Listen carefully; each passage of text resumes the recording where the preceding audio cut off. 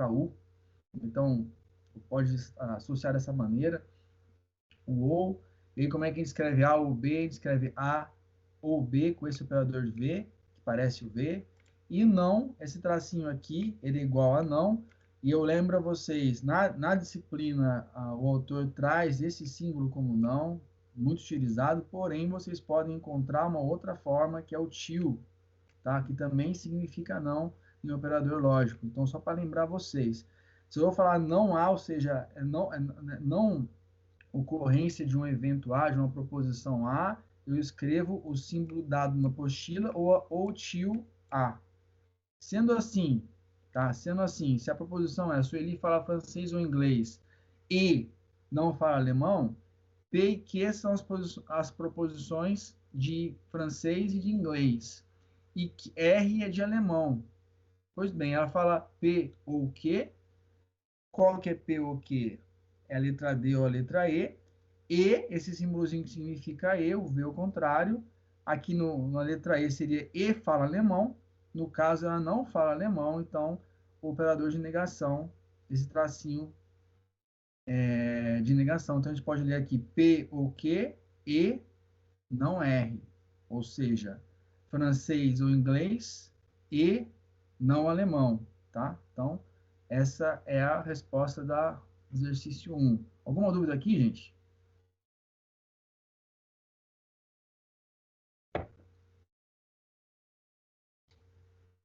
Opa, só um momentinho que um colega chegou.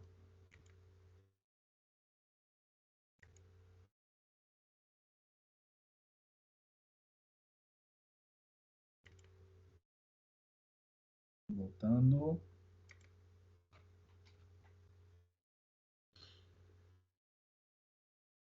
Exercício 2, parecido, mas agora com os operadores matemáticos, né?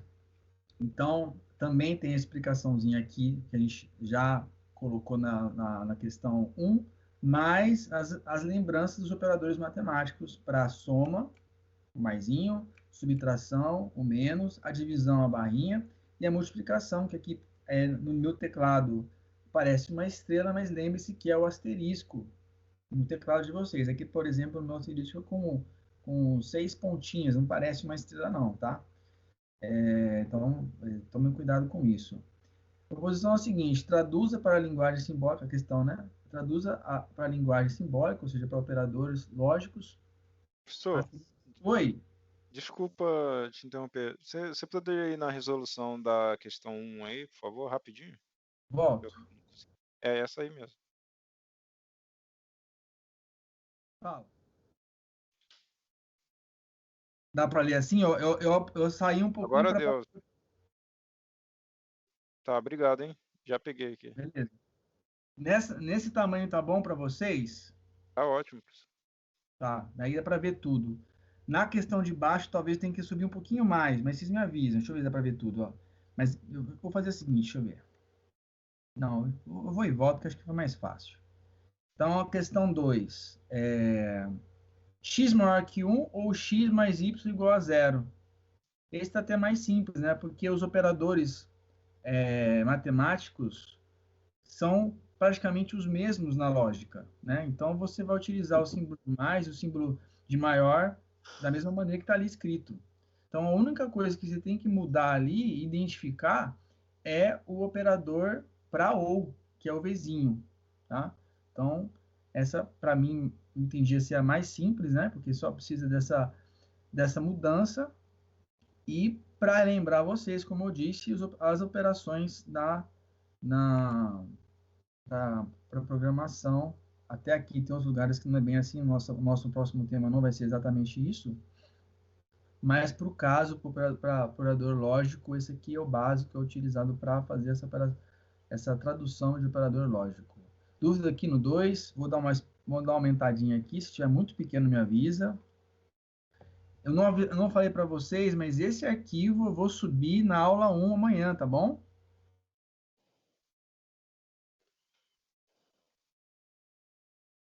Beleza, Se professor. podem copiar, não tem problema, mas só para saber, amanhã vai estar na aula 1, embaixo do link do vídeo de hoje. Vamos lá. Questão 3. Essa é uma questão que eu queria que vocês lembrassem, reforçassem a operador, a forma de se obter o resto de uma divisão, né? Então, eu escrevi um algoritmo aqui que define se o número é par ou ímpar, né? E a gente trabalhou isso em sala de aula. Então, a ideia era que vocês lembrassem que para obter, saber se par ou ímpar, a divisão de um número, desse número que eu quero saber se é par ou ímpar, lembrando que tem que ser inteiro, desse número ser par ou ser ímpar, dividido por 2, o resto tem que ser 0 para ser par. Se for ímpar, o resto vai ser 1. Né? Então, na lógica, o que é preciso fazer? É preciso identificar, obter esse valor do resto, para saber se o resto for 0, ele é uma coisa, se o resto for 1, ele é outra, tá? Então, aqui no caso, a lógica pede, ele define as variáveis, número, R, os dois são inteiros, depois ele pergunta para o usuário, ele informa para o usuário que esse programa vai informar para ele se um número qualquer é ímpar ou se é par, pede para ele digitar o número, o usuário digita, aí o R vai receber alguma coisa. Se o R, então, é igual a zero, o número é par. Se não, é número ímpar. Tá? Então, a única opção nesse caso, né, seria, se você dividir por 2, é 0 ou 1, não tem outra opção. Então, você poderia colocar ali se R igual a 1, mas dá na mesma, tá? Não tem diferença. Não teria outra opção, não teria um senão nesse caso. Você faria R igual a 0 e R igual a 1, nunca teria outra opção. Se a ideia é essa, é vocês recapitularem, lembrarem que para subter, como nós falamos já, se o número é par ou ímpar, o resto tem que ser 0 na divisão por 2, e lembrar como é que eu obtenho essa função, qual função, na realidade, eu utilizo para achar o resto. No caso, a alternativa C mostra que R deve receber o resto da divisão por 2, que é o número, a variável que foi lida aqui em cima, mod 2. Então, R recebe o número mod 2, se for 0 é par, se for 1, que no caso está dentro do senão, é ímpar, e ele informa se o par é ímpar ou não, tá? Ou ele simplesmente diz, é par. Opa, tem alguém esperando um momentinho. Eu não estou ouvindo barulho. Vocês estão ouvindo barulho de gente chamando? Eu não estou ouvindo barulho.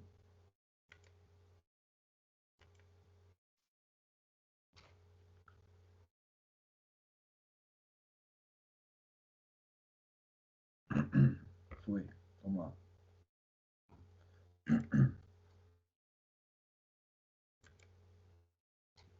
Então, a função mod é a função que retorna o resto de uma divisão. Tá? Então, número, a variável mod 2, variável mod outra variável, eu vou ter o retorno do resto da divisão. Alguma dúvida aqui, gente? Esse foi um exemplo que a gente tratou em aula, também não esperava a dificuldade de vocês.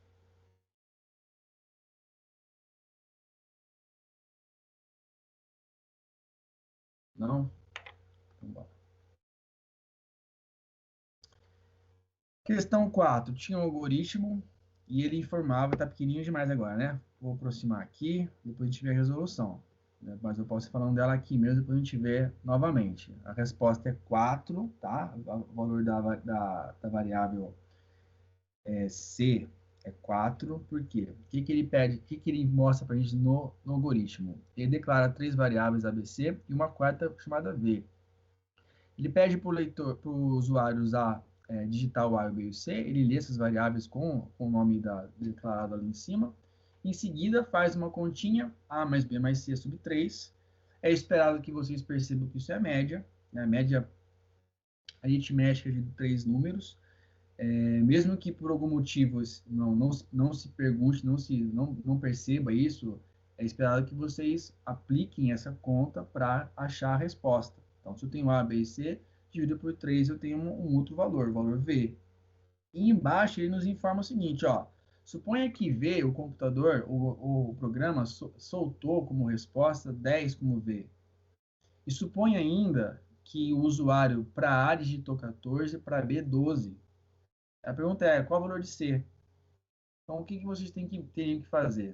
Perceber que V é 10 quando ele recebe A mais B mais C sobre 3.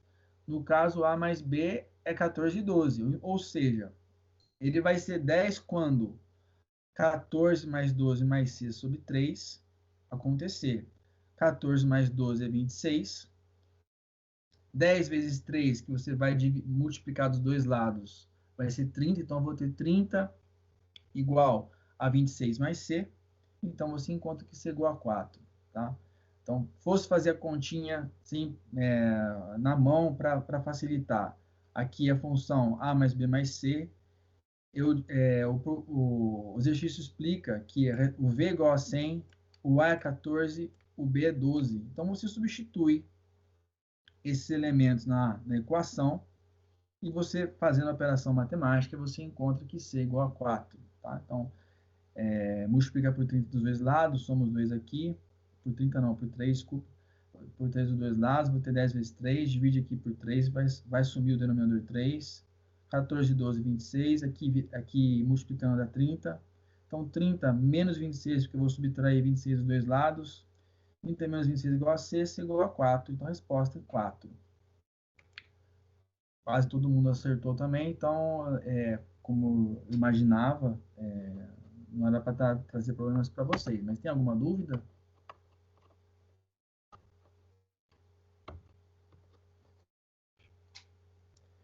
Se não, seguimos para a questão 5. Questão 5 a gente viu em sala, no segundo dia de aula, se eu não me engano, e era um problema de lógica. Provavelmente era o mais complicado de se fazer para a prova, porque ele exige uma abordagem de pensamento diferente do comum, só que você, com o tempo que se tinha, e para quem estava na aula, acredito que foi mais tranquilo, boa parte de vocês estavam, a sala já estava com os seus 25, 30 alunos, era simplesmente, então, ver as sentenças e verificar a lógica do negócio. Veja bem, tem a Dona Branca, a Dona Rosa e a Dona Violeta. E aí, olha só, a Dona... Qual que é? A Dona Rosa disse o seguinte, ó, das três, né? Não é curioso que nós três estamos vestidos de cores iguais aos nossos nomes, porém nenhuma de nós coincide com o vestido? Ou seja, as cores são branca, rosa e violeta também nos vestidos, porém não coincide. A rosa veste outra coisa que não seja rosa. A violeta veste outra cor que não seja violeta. E a branca tem outra coisa que não seja branca. Então, a gente tem uma informação inicial. A primeira é que cada uma delas tem duas possibilidades de estar vestindo. Se descarta uma para cada uma. Né? Aí, logo em seguida dessa questão que a Dona Rosa coloca, uma outra senhora, que não fala quem é, mas que está vestido de violeta, diz que é uma simples coincidência. Uma brincadeira entre duas senhoras. Bom, o que isso nos traz? Veja, se a Rosa diz essa informação inicial, a gente pode apostar que a Rosa ou veste violeta ou veste branca, não veste rosa. E se em seguida que ela disse isso, a Violeta responde para ela, quem veste Violeta na realidade, quem veste Violeta é quem responde, você já descarta a Violeta para a Dona Rosa. Então, a Dona Rosa veste branco. E aí, em seguida, você vai eliminando a próxima e acha a resposta. Tá? Como é que a gente pode verificar com um pouco mais de cuidado aqui, né? Então, eu escrevi um formatinho de raciocínio para quem tem alguma dúvida ou tiver alguma dúvida. Ó, os nomes das cores dos vestidos das três senhoras coincidem com os seus nomes, porém, cada senhora veste uma roupa de cor diferente do nome. Assim, a Dona Branca veste cor rosa ou violeta, Dona Rosa veste cor branca ou violeta, Dona Violeta veste cor branca ou rosa. Também podemos escrever essas três sentenças de uma outra maneira. Quem está com cor rosa? Ou é Dona Branca ou é Dona Violeta? Quem está com cor branca? É a Dona Violeta ou a Dona Rosa? Quem está com cor violeta? Ou é a branca ou é a rosa? Tá?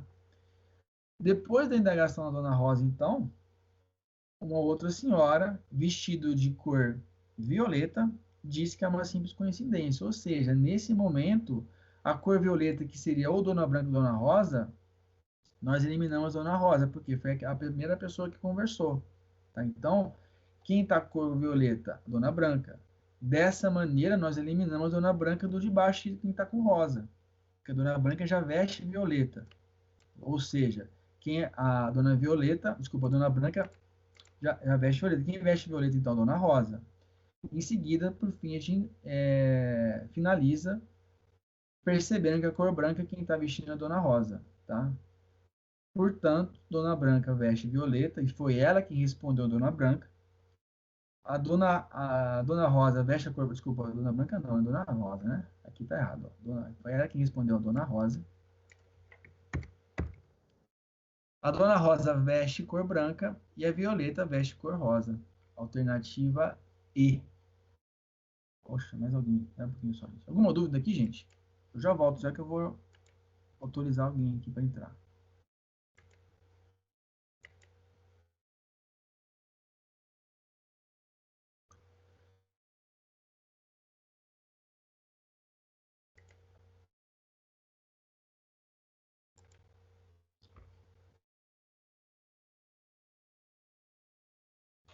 Bom, e a última questão é a definição de algoritmo. Estava no material de vocês, a gente bateu na tecla disso algumas vezes, que era a definição, uma definição que a gente trabalhou de algoritmo. E a pergunta era qual que, então, para não ficar fechado numa proposição, existem autores que definem de outra forma, alguns mais completos, outros com mais detalhes e tudo mais. A gente usou essa forma de definição e a pergunta era qual das alternativas que melhor define o algoritmo. Em função do que a gente viu em aula, a alternativa B é uma sequência de passos que visam atingir um objetivo bem definido. É como uma receita de bolo, tá? Alguém tem alguma dúvida na questão da prova? Alguém tem alguma questão com respeito ao lançamento de notas, tanto de prova quanto de trabalho?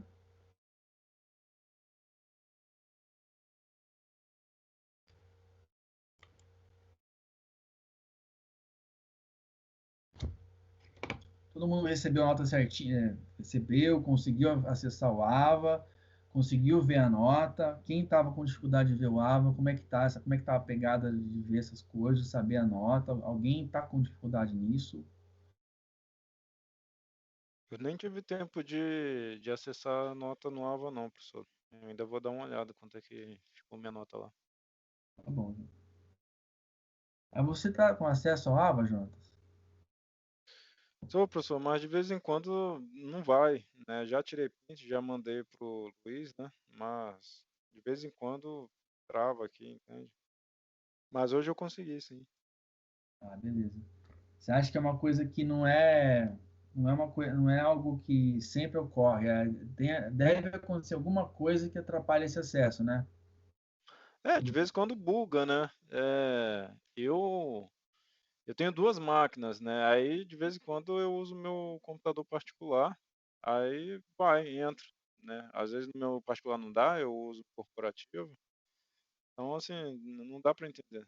Acho que é o sistema, a plataforma é complicado, né? Deixa muito a desejar, hein?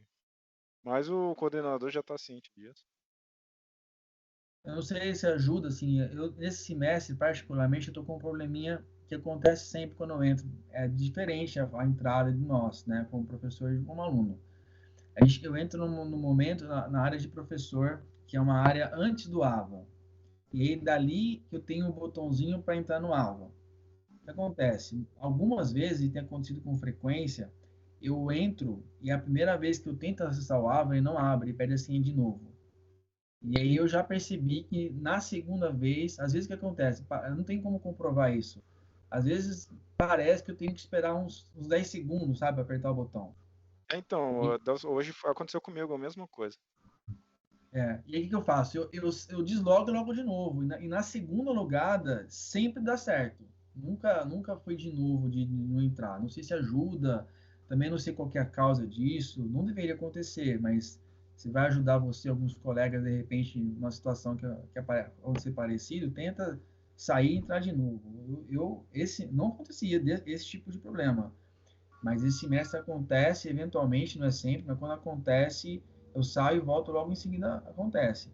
Nas vezes em que eu, por algum motivo, eu entro na aula do professor, saio e volto e tento abrir o aula, vai de primeira. Eu não sei se tem que esperar algum momento, eu não sei. Eu sinceramente não sei dizer. E agora, com essa questão do coronavírus, a gente não consegue também perguntar, tá? Então, como está dando certo para mim, não me incomoda. Mas tem isso aí, se acontecer, tá? Bom, O meu estava dessa mesma forma, professor. Estava no mesmo jeito do Jonas aí. Às vezes mesma eu não coisa. consigo acertar. É o Valdeci que tá falando? Isso. Eu não tô vendo o seu nome aqui, mas tô vendo, reconhecendo a voz. Entendi. Ah, agora você tava na minha cara, não tava vendo. Então, Não. gente, ó, essas coisas de sistema, eu acho bem curioso, porque é, eu tô lá há 6 semestres. E mudou, de quando eu tô lá, tá no mesmo sistema há 4. E eu não sei, de repente, uma coisa que estava boa, de repente dá uns pepininhos que eu não sei, não entendo o que acontece. E às vezes, mas depois passa e eu não sei o que acontece. Eu não sei, se é mudou alguma coisa, eu não sei o que acontece mesmo. Eu não sei. Eu estava tendo dificuldade para acessar as avaliações que estava depositada no portal. A gente clicava em cima, eu mesmo clicava em cima, não ia. Eu tinha que ir lá no na outra janela, do lado direito, clicava e eu conseguia acessar. E eu só consigo acessar pelo portal da Croton. Direto do portal do aluno eu não consigo acessar. Bom, então Direto vou do portal colocar da aqui Croton. pelo portal da Croton, porque daí se o aluno está com problema, eu dou esse toque também, né? E outra coisa também que está curioso no meu AVA, só para vocês saberem que como é,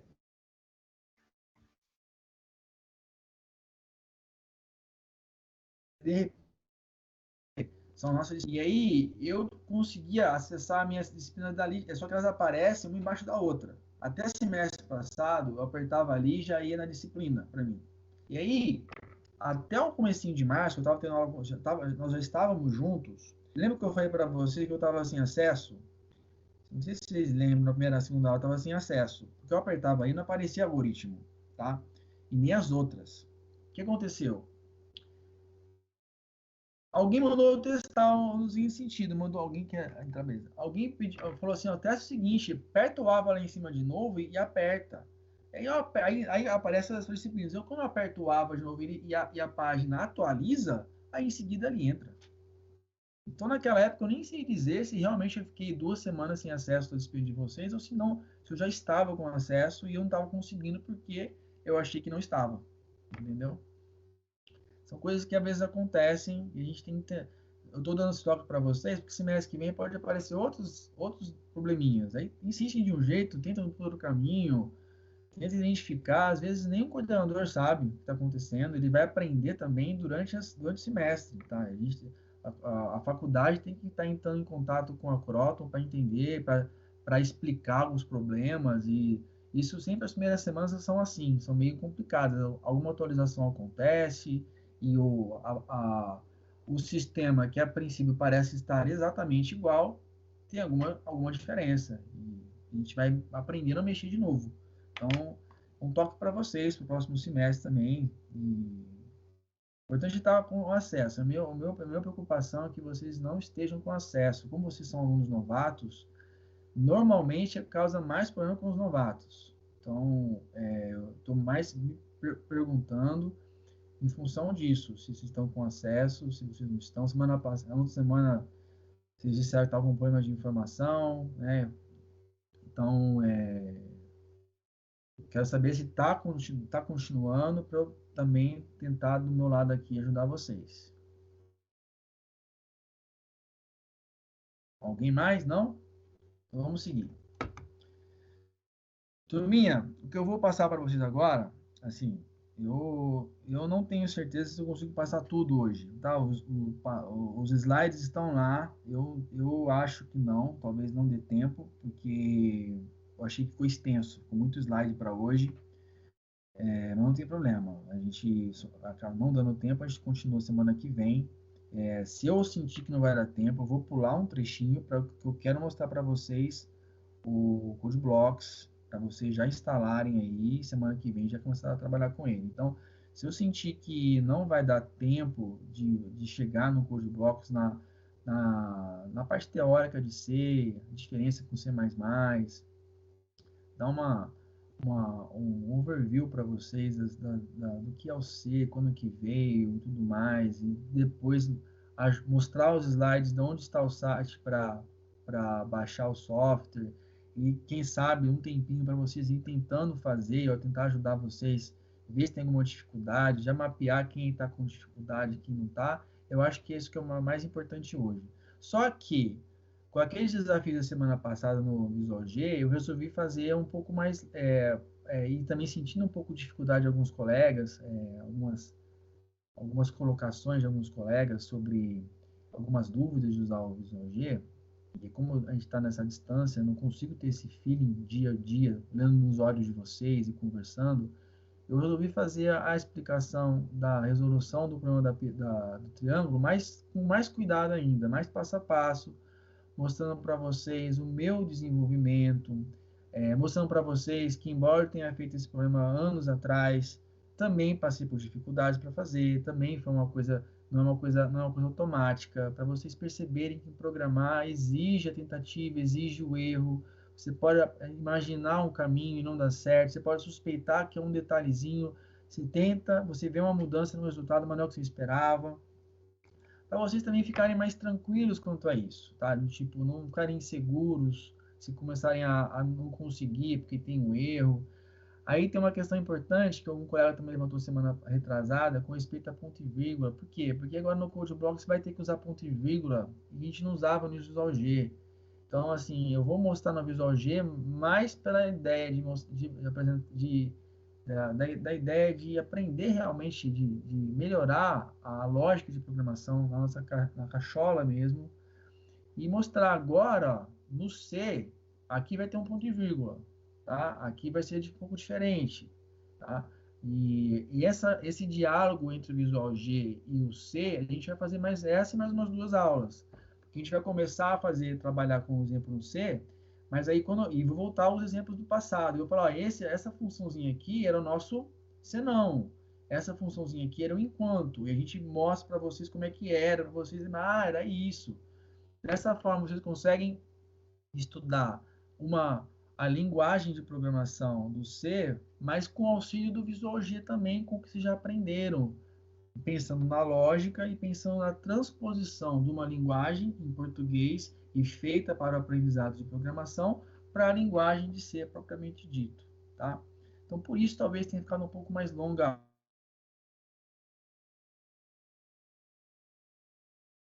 tá, o C, e depois, semana que vem, a gente volta nesses exemplos aí, organizada melhor, até porque não vai precisar corrigir prova e a gente vai mais rápido, tá? Vamos lá. Vamos lá, estou com 2 PowerPoints, estou com...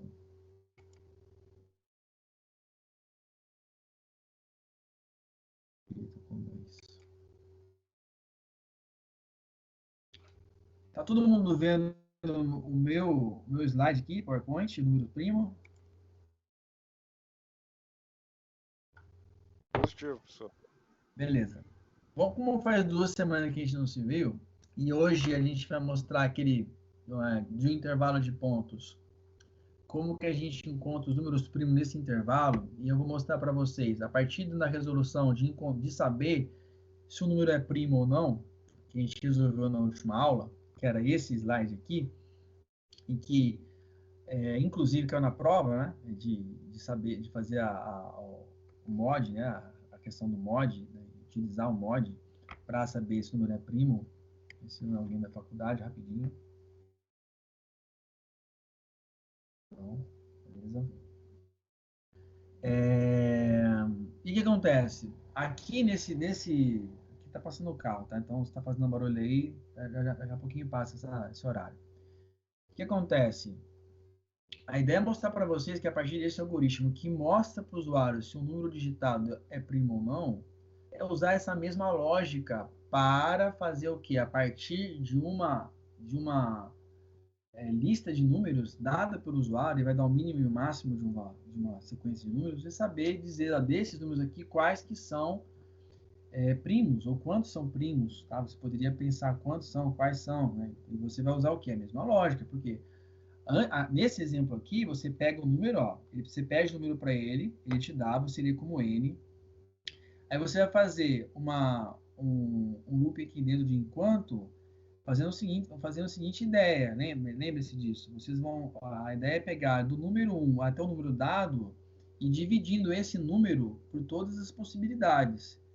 Como é que eu tinha pensado aqui? Se o D for igual a 2, quer dizer que o número é primo, porque o D é o quê? É a somatória de números que é divisível pelo número dado.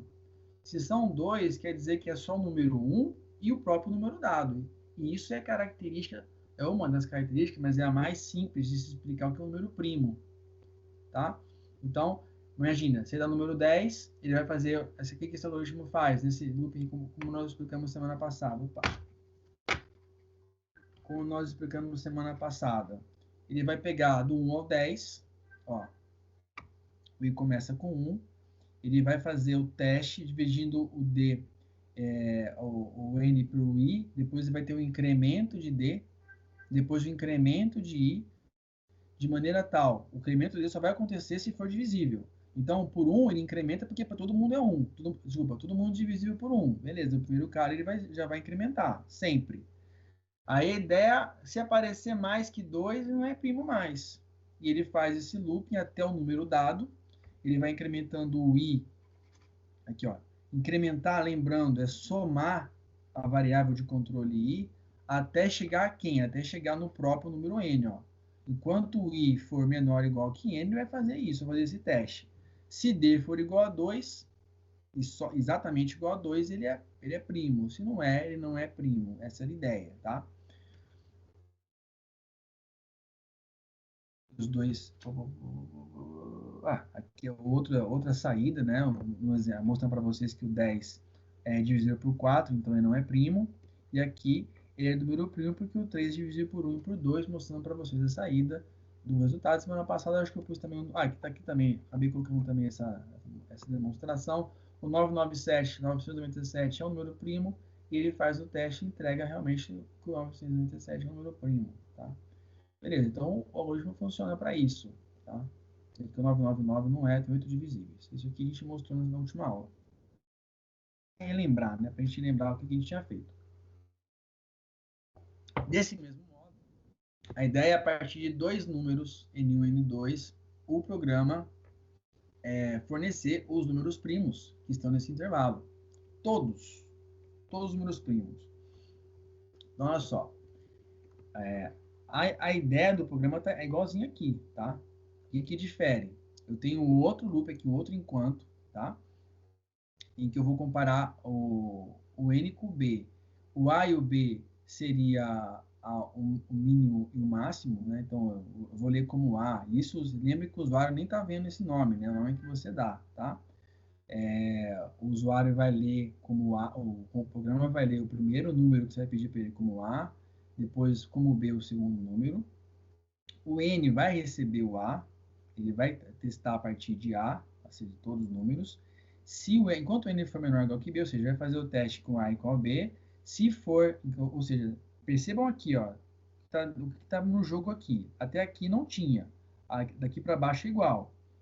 O que está em jogo aqui? Está pegando do A até o número B, ou seja, ele dá o nome de N para A, vai fazer o teste com N para cada um dos N's, que ele vai incrementar aqui embaixo, ó, tá?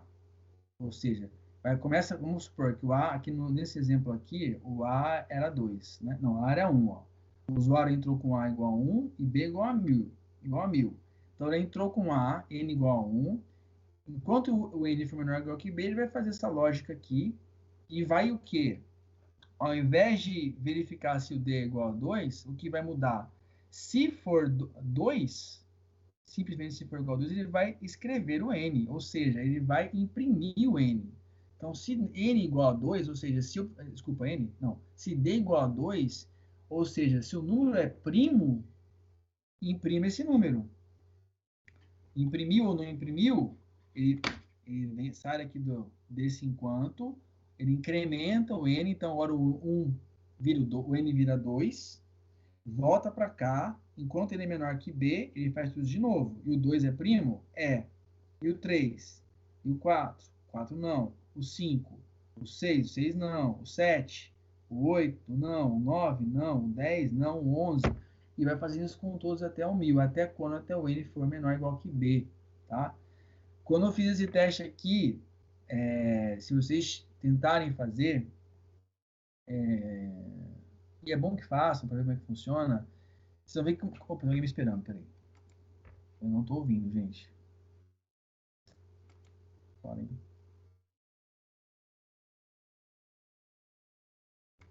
Tava muito tempo esperando aí, Igor? Eu não tô ouvindo vocês entrarem. Não tá fazendo barulho aqui para mim.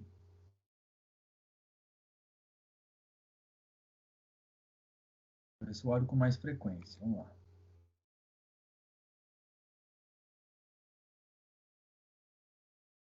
Isso. Isso. Se vocês forem para rodar esse algoritmo, vocês vão perceber que os primeiros vão rápido, depois vai demorando, porque para cada número desse, ele vai testar do 1 até o número dado, vai ver se são dois, para depois imprimir ou não. Ou seja, vai ficar cada vez mais lento. Eu não lembro o tempo que demorou, e nem salta aqui, mas demorou mais de 5 minutos para ele soltar para mim todos esses números, tá? Então, talvez a máquina de vocês, se for melhor, vá mais rápido, mas para vocês perceberem que aí tem um looping que vai fazendo o teste com 1000 números, e quanto mais números de teste, mais tempo demora a máquina. E aí seria, o próximo passo seria pensar no algoritmo mais econômico computacionalmente, o melhor, mais rápido, para situações como essa não acontecerem, né? Porque às vezes 5 minutos, se eu quiser até o 10.000, imagina o tempo que não fica rodando a máquina. Alguma dúvida aqui, gente?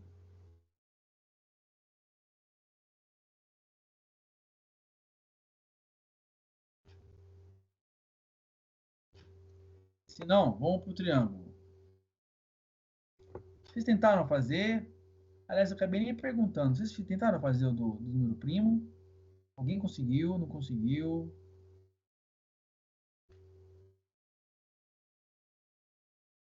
Vocês estão me ouvindo? Ouvindo eu tô, professor. Só que eu não tentei fazer, não. Eu não consegui sair, não consegui fazer rodar. Tá. Gente, esse é um tipo de problema que eu vou tentar melhorar para vocês trabalharem, tá? Eu vou mudar um pouquinho a sistemática de aula a partir da semana que vem, mas, ó, como é que eu vou dizer?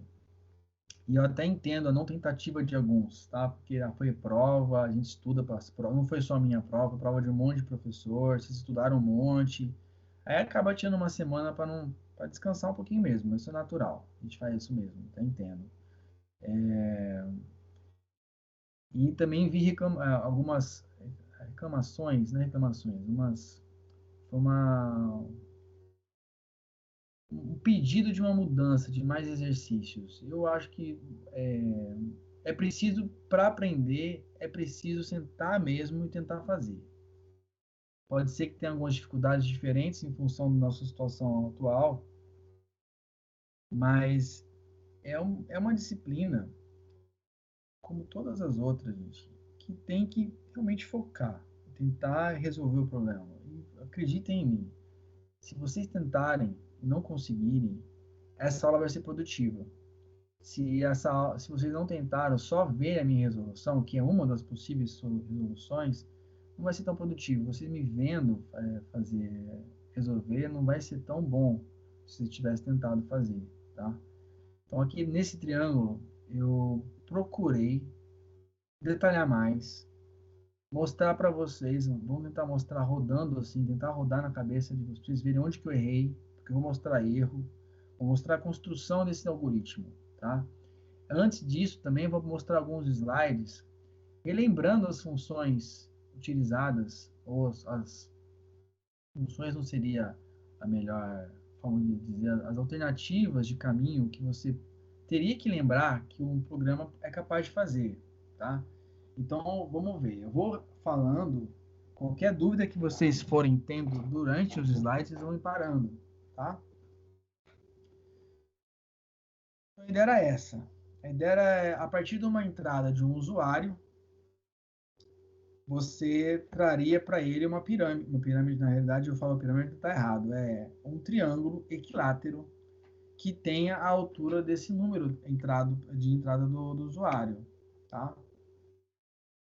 Por exemplo, A igual a 1, a altura é igual a 1, nem é um triângulo, né? Então, você até poderia pensar, não pode ser 1, é para ter que ser acima de 1. Tá? Mas não é o caso, só para vocês verem como é que vai crescendo a partir do momento que vai aumentando a quantidade do valor dado pelo usuário. Tenho 2, são altura igual a 2, 2 linhas, 3 linhas, 5 linhas, 10 linhas. O foco nessa questão da linha é mais para vocês perceberem ou imaginarem uma forma de resolver. Eu vou ter que usar um escreva ponto, pelo menos, a partir daí. Vou escrever um ponto. E eu vou ter que, em determinado momento, pular a linha. Nem sempre. Eu vou ter que fazer um fluxo dentro do algoritmo para ele fazer uma linha com pontinhos. Em determinado momento, dentro da situação, ele vai ter que pular a linha e continuar depois. Tá? Só que eu falo, por isso que eu falo da linha e relacionando com o número dado pelo usuário. O mais legal, no meu entendimento, é que o lado, se eu imaginar que cada pontinho é uma unidade de medida, esse número dado pelo usuário é o tamanho do lado de um triângulo equilátero. Tá? Da mesma forma que Da mesma forma que a quantidade de linhas é igual ao número dado, a quantidade de pontinhos aqui também nos lados é igual. Então, eu acho que isso é o que é o mais bacaninha de você ver e falar, pô, consigo construir um triângulo equilátero, né? E, pô, consigo construir qualquer triângulo, tá? De repente, você pode ter... Vocês vão ver que o triângulo retângulo é o mais fácil de fazer. E a gente vai errar no momento, vamos chegar nesse ponto. A hora que você perceber, assim, que, pô, para eu chegar no equilátero, eu vou ter que passar pelo retângulo primeiro, que é mais fácil de fazer. Depois eu tento ver a forma de fazer o equilátero, que é o caminho que eu segui. Tá? Vou fazer uma repetição, a ideia é fazer uma linha um ponto, uma linha 2, 3, assim, a terceira linha 3, até a enésima linha com N pontos. E no fim vai coincidir as quantidades de pontos em todos os lados. Então, a partir disso, vamos ver algumas funcionalidades do programa que dá para fazer, inclusive, no Code Box, que a gente vai ver no final da aula. Em qualquer programa você consegue fazer um triângulo e brincar com essas tabelinhas aí. Primeira coisa, vamos lembrar o significado do escreva e leia, né? Primeira coisa que a gente tem que fazer, a gente vai retornar aqui o número dado pelo usuário. Então, o usuário, eu quero o número, usuário. Ele dá um número, eu vou ler com A. Eu vou escrever o A. Então, qual que é a saída aqui? Depois o ponto. Ó, eu escrevi o A e em seguida escrevi ponto. Percebe que eu não tenho um L aqui. Ele vai escrever o A dado pelo usuário e não vai pular de linha. Ele vai manter na mesma linha lá o cursor, até efetuar a próxima operação. A próxima operação qual que é? Ponto, escreva ponto. Tá? Então, por isso que aparece aqui na saída, ó, 5 pontos.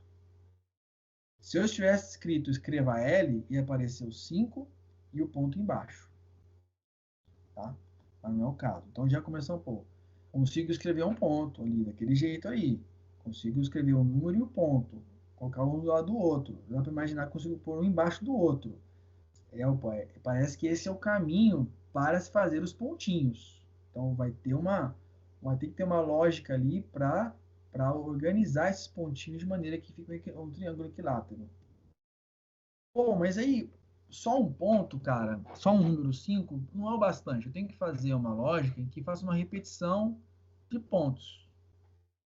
Então, vamos lembrar como é que a gente faz uma repetição de números, uma sequência de números, a partir do mesmo número 5. Eu uso ali o enquanto.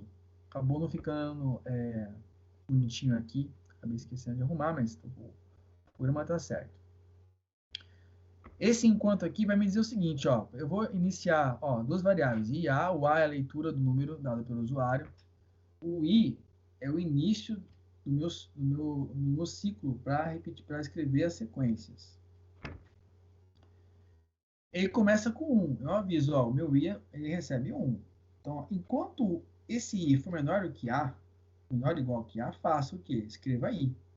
Então, ele começa com 1, ele entra aqui como 1, ele é menor ou igual que A? É, porque o A aqui no caso é 5. Ele é menor? É. Então, escreva ele. Escreveu 1. Aí ele sai daqui e incrementa I. I vale 2 agora. Agora I recebeu 2. Opa. Ele voltou aqui para cima com igual a 2. I é menor ou igual que 5 ainda? É. Então escreva ele. Escreveu 2. Aí recebeu mais 1. Agora ele vale 3. É menor ou igual que A ainda? É. Escreva 3. Recebe 4. É menor ou igual que A ainda? É. Escreva 4. É menor ou igual que 5? O 5 é menor ou igual que 5 ainda? É. Então escreva 5. Aí o I vai receber 6. Quando ele recebe 6, ele vai avaliar aqui, ó, I, 6. Quando ele recebe 6, ele entra aqui. Ele é menor ou igual que 5? Não mais. Ele é maior que 5. Então sai desse enquanto. Fim de enquanto, fim de algoritmo. Tá? Então, aqui nós temos uma sequência. Dado o número do usuário, eu vou enumerar a sequência do 1 até esse número, acrescentando uma unidade. Ele funciona com outros números? Funciona. Se eu escrever 10 aqui, ele vai fazer do 1 ao 10. Se eu escrever 2000, ele vai fazer do 1 ao 2000. Está rodando. Então, eu já percebi que o enquanto ele pode me ajudar a fazer uma sequência de números, consequentemente também uma sequência de pontinhos. Tá? Então, eu vou guardar esse enquanto e tentar trabalhar ele. O que mais eu posso fazer com esse enquanto? Olha, eu utilizei esse enquanto, olha aqui em cima, incrementando o i, ou seja, somando a cada passo, somando uma unidade ao i. Eu posso fazer o contrário? Posso. Ao invés de eu incrementar o i, eu decremento ele. Ao invés de ele começar no valor igual a 1, ele pode começar no valor igual a a. De maneira que, dado um número qualquer, eu escrevo uma sequência de números na ordem decrescente, do número dado para o usuário até o 1, até o 0, até menos 10, até quando eu quiser. Como que a gente pode fazer isso? A mesma ideia, só que eu já não preciso mais daquela mesma ideia do i, nem precisava do i aqui, ó. O i está aqui declara, mas nem usa. Porque o próprio a vai ser a variável que eu vou utilizar para fazer a execução. O a vai ler o número escrito pelo usuário, então inicialmente é 5, enquanto ele for maior do que 0, ou seja, eu quero de 5 até 1, eu faço sequência de decremento. Olha o a recebendo aqui a menos 1. Então, ele entrou com a igual a 5. 5 é maior que 0? É. Então, escreva 5. 5 menos 1, 4. 4 é maior que 0? É. Escreva 4. E 3 é? É. 3. 2. 1 é. 0 é maior do que 0? Não. Então, para. Fim do algoritmo. Se quisesse fazer até 0, você poderia colocar maior ou igual a 0, ou poderia pôr maior que menos 1. É a mesma coisa. Maior ou igual que 0 é igual a maior que menos 1. E ele faria o mesmo procedimento. Então, você já viu que é possível fazer uma sequência aumentando ou diminuindo, incrementando uma variável de controle, no caso aqui A, no inferior o I, e a partir desse controle, diminuindo ou aumentando o valor dessa variável, você executa uma operação. No caso aqui, simplesmente imprimir ela mesma. Tá? Com 5, aqui com 10, faz a mesma coisa. O que foi interessante até aqui? A gente conseguiu ver, através de números, que eu consigo utilizar o enquanto para listar sequências crescentes e decrescentes. Então, eu poderia escrever pensar num triângulo equilátero incrementando pontinhos, como decrementando eles, tá? No caso, como a ideia era fazer igual aquela pirâmide, o mais fácil seria você pensar em incrementar. Cada linha, imprime 1, imprime 2, imprime 3, imprime 4, imprime N. É você incrementando uma variável que vai te auxiliar a fazer essa impressão. Tá? Bom, se eu já tenho essa noção, eu vou então tentar, eu tenho que fazer uma pirâmide, um triângulo de pontinhos. Bom, eu tenho que começar fazendo pelo menos uma linha de pontos.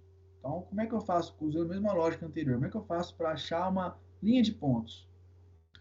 O usuário entrou como número, eu vou imprimir 5, no caso, o número A, tá? O usuário entrou com o número A. Eu vou imprimir A pontinhos a partir dessa entrada do usuário. Tá? Então, veja, o algoritmo aqui é o mesmo do crescente aqui, ó. É esse aqui, desculpa, tá? Do crescente. A ideia é a mesma, só que ao invés de eu imprimir o i, perceba, ao invés de eu imprimir o i, eu vou escrever o ponto. Enquanto o i for menor ou igual que a, eu faço um ponto lá. Ponto, ponto. Percebe que é um ponto só. É um ponto. Então vamos lá, vamos fazer passo a passo aqui. I é igual a 1. I é menor ou igual que 5? É. Bom, se é, escreva um ponto. E repare que não tem L aqui. Ele vai escrever um ponto e vai continuar na mesma linha. Incremento I igual a 2. 2 é menor ou igual que 5? É. Ponto. 3. Menor ou igual que 5? É. Ponto. 4. É. 5. É. 6? Não. Opa, então encerra. 5 pontinhos impressos. Na mesma linha. Opa, e se eu colocasse ali um escreva L embaixo? Será que se eu colocar um escreva L embaixo, ao invés de fazer uma linha de pontos, 5 pontos, eu vou fazer 5 linhas com um ponto cada um? Será que isso vai me ajudar a fazer a pirâmide? Então, aqui eu estou uma explicação para que vocês vão entender, tá? Lembrando vocês que eu escrevo não por a linha, tá? Agora vamos lá. Bom, repare que agora a única mudança que eu fiz foi colocar o escreva L logo depois do incremento do I. Poderia ser até antes, tá? Aí não teria diferença. Esse escreva L tem um parênteses, abre e fecha parênteses sem escrever nada. Eu simplesmente, quando eu faço isso, eu simplesmente pulo a linha. Então, escreva L e pulo a linha. Ele fez exatamente o que a gente fez anteriormente, no mesmo ciclo, de 1 até 5, mas ele escreve o ponto, atualiza o I e desce embaixo. Professor, eu poderia colocar o escreva L aqui? Poderia, ele faria a mesma coisa, tá? Poderia fazer a mesma coisa, nesse ponto. Eu decidi colocar um pontinho, um carinha a mais aqui, para depois vocês verem, inclusive, que essa é uma possibilidade. Você colocar o escreva L, mas não printar nada. Simplesmente falar, pulou de linha. Aí ele faz isso. E aí, nesse caso, ao invés de eu fazer uma linha de 5 pontos, eu fiz uma coluna de 5 pontos. Olha só. Então, se eu pensar que eu consigo fazer uma linha de 5 pontos, consigo fazer uma coluna de 5 pontos, eu vou ter que, de alguma forma, juntar esses dois algoritmos para fazer linhas e colunas. Se aqui eu tenho um enquanto para fazer uma linha e um enquanto para fazer uma coluna, eu vou ter que necessariamente aninhar. Lembra que aninhar é colocar dois enquantos, dois Cs dentro um do outro, de maneira que numa linha eu faça os testes, imprimo uma linha, e depois eu pule no encontro aninhado até fazer, poderia até imaginar fazer um quadrado aqui 5 por 5, seria mais fácil. Já estaria praticamente pronto, tá? Se alinha um encontro dentro do outro e você faz 5 linhas com 5 pontos, tá? É mais fácil fazer. Poderia tentar fazer isso para treinar, tá? Mas aqui a gente já percebe que eu vou precisar de 2 encontros para fazer, no mínimo, para fazer um triângulo.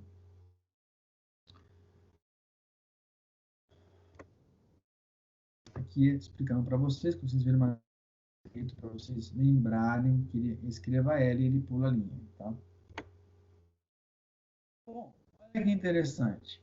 Dado isso, repare que o incremento foi isso mesmo, tá? Eu incremento do algoritmo, tá? Eu juntei os dois loopings num só.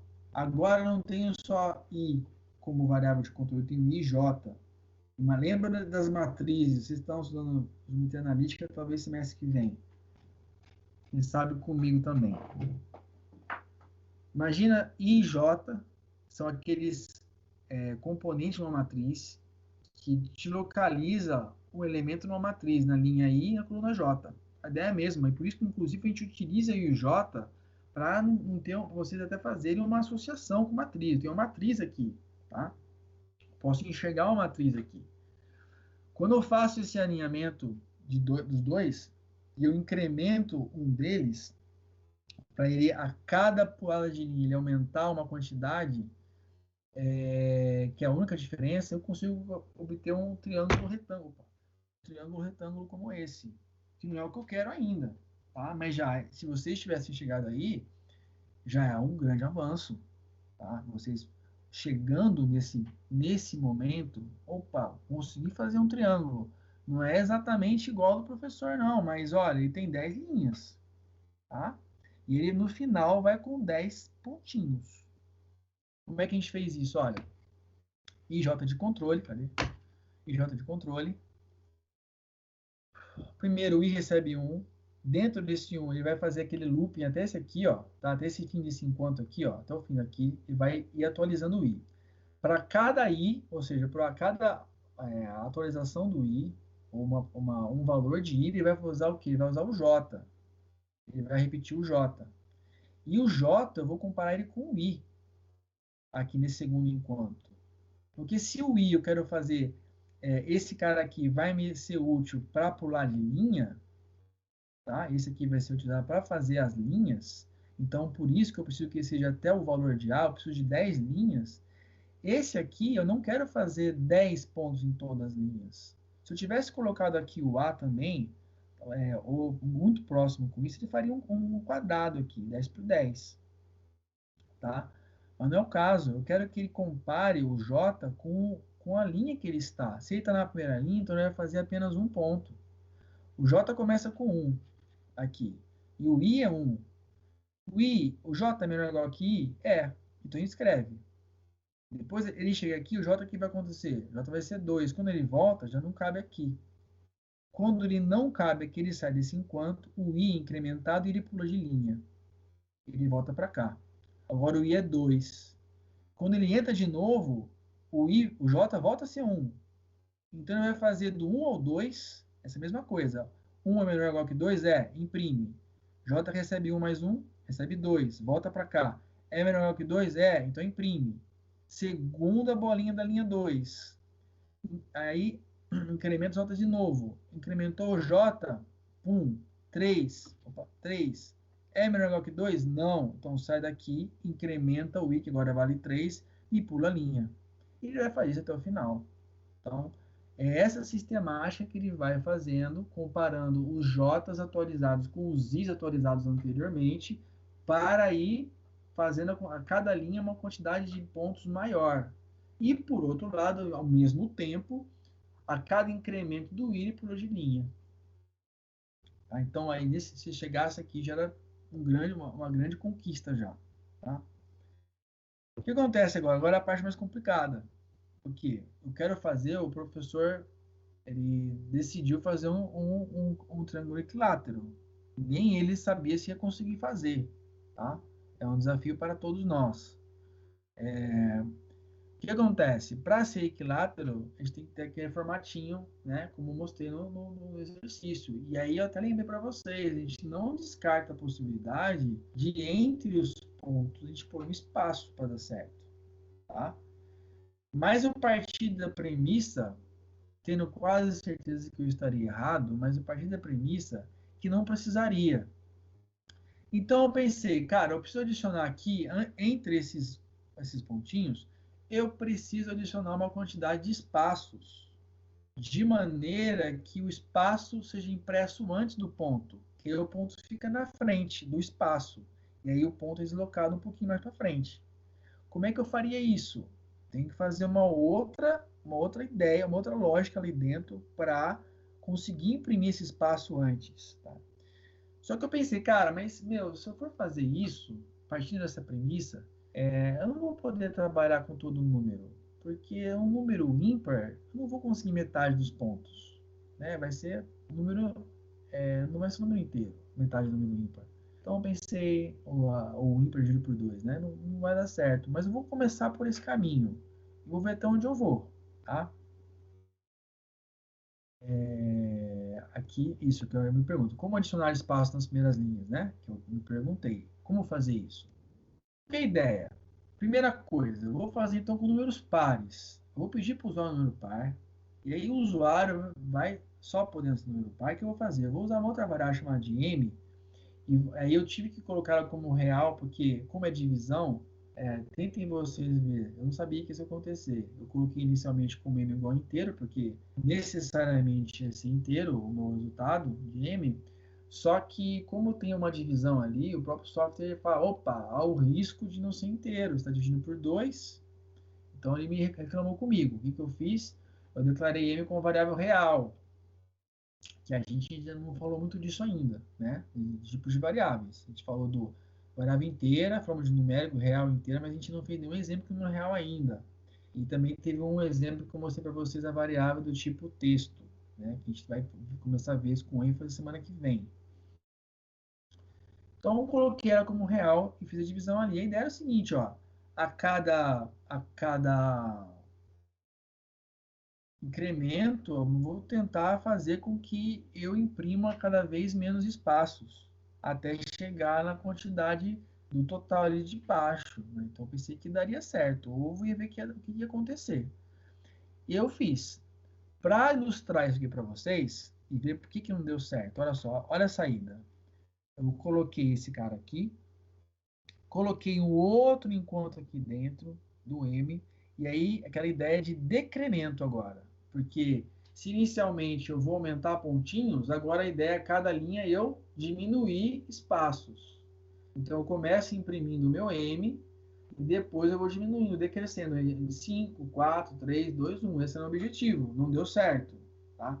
Vamos ver por quê. Eu vou pedir um tempinho para vocês que eu vou lá para o Excel para tentar mostrar para vocês o porquê que deu errado. Olha só. Deu aqui os pontinhos, nem sei quantos espaços tem aqui, não dá para ver. E o restante não atualizou, tá? Vamos lá então, dar uma licencinha. Eu fiz um esqueminha aqui no Excel para a gente acompanhar junto.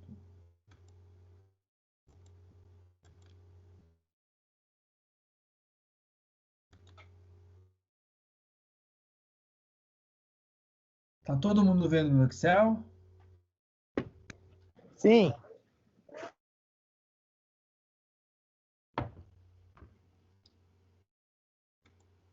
É esse aqui.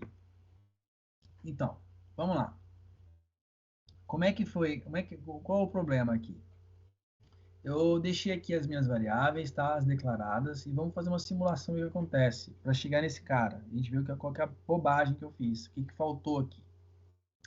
E esse é um exercício, gente, que eu estou fazendo. Essa é a primeira vez que eu faço algo disso no Excel, tá? Não entendam isso como uma prática, tá? É que a gente faz esse tipo de teste na mão mesmo, tá? A gente vai simulando no papel para achar, ou no compilador, que eu vou mostrar para vocês uma forma de compilar e chegar onde está o erro lá no outro software, tá?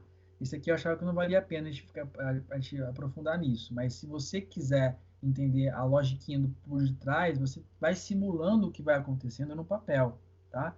Então, vamos ver se dá certo, tá?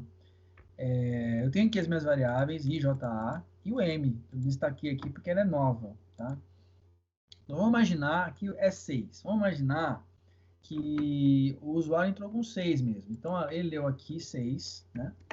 A recebeu 6. Vocês estão vendo ao mesmo tempo ou não? Conseguem ver eu mudando aqui? Sim. Beleza. Aí entrou aqui o igual a 1.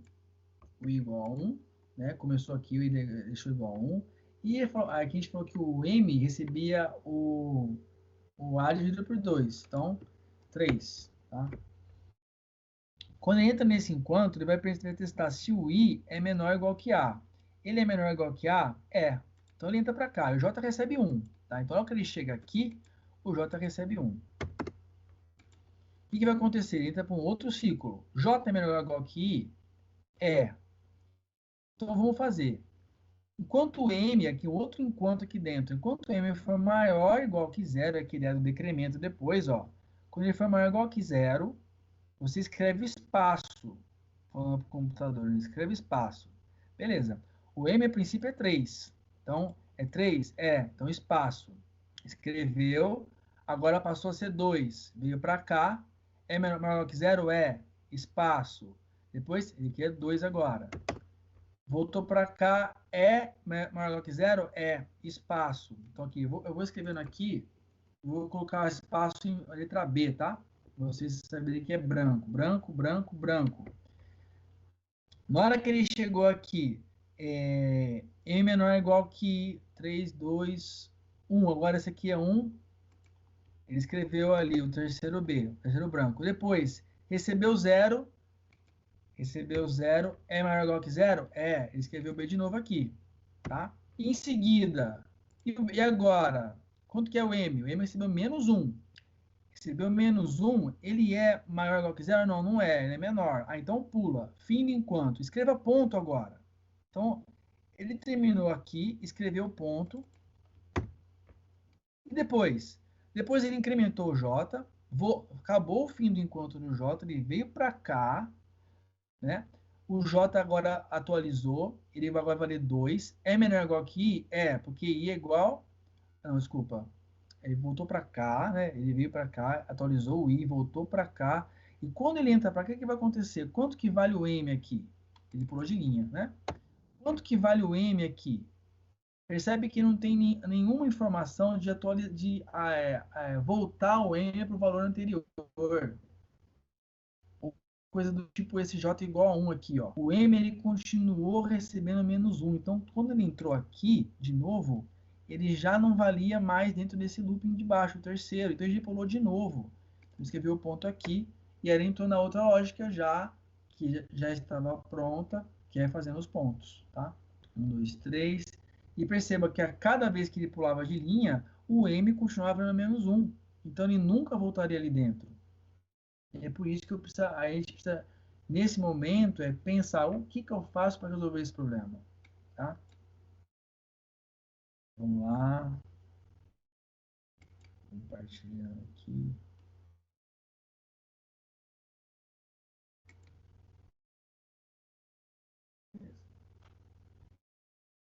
Olha aqui o valor de M. Menos 1. Ele acabou o programa, olha, ele ficou menos 1 o tempo todo. Ele não mudou. Isso aconteceu, tá? O que a gente pode fazer, então? Às vezes é uma questão só de detalhes. Eu não posso atualizar o meu M, porque se eu atualizar meu M por um outro valor, qual valor seria? O M tem que estar fixo, porque a minha ideia inicial é que ele seja a metade do valor de entrega. Então, o que eu pensei na hora? Não, eu vou pôr um número K que vai receber o M, e esse cara eu vou reinicializando, tá? Então, como é que foi feito isso? Olha, esse número que eu chamei de K, introduzi ele aqui, recebendo o M, e o M continuava fazendo o decremento aqui. Essa é uma outra diferença. Eu tirei o M daqui de dentro, como era aqui embaixo que ele decrementava, eu pus aqui em cima, tá? E o K aqui embaixo, fazendo o looping aqui dentro, de maneira que o M só depois que ele saísse aqui que atualizasse e fizesse o decremento dele. Foi uma espécie de uma tentativa sem muita certeza se daria certo. E